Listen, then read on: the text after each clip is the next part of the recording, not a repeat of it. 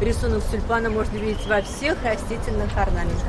О мечети, Спасской башне и Пушечном дворе. Каждый уголок и каждую деталь они изучают вдоль и поперек. Так дети готовятся стать экскурсоводами, причем не в далеком будущем, а чуть ли не завтра. Некоторые уже практикуются. Сейчас мы находимся на территории Пушечного двора. Здесь производили пушки во время взятия Казани и вплоть до 19 века. Кремль – это крепость. Раньше стены были 1800 метров. Вот. Сейчас сохранилось 8 башен, а раньше было 13.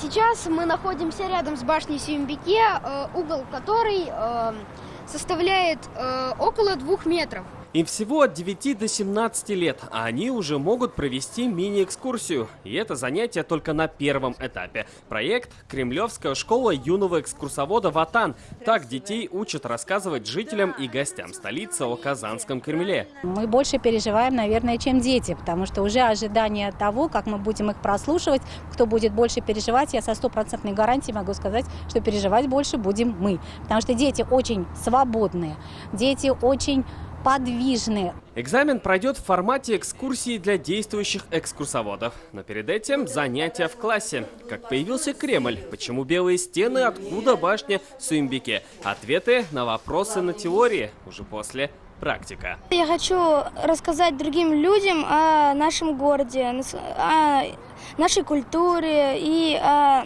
нашей красоте города. Книгу я хочу написать о истории Татарстана в подробностях, как это все происходило, кто какие здания сделал. Я хочу другим объяснить, что наша страна самая красивая, и сам чуть-чуть узнать о новом. По сути, это пилотный проект. Он будет идти до конца августа. По итогу у детей будут навыки проведения экскурсий для настоящих туристов. Благо, их в Казанском Кремле более чем достаточно.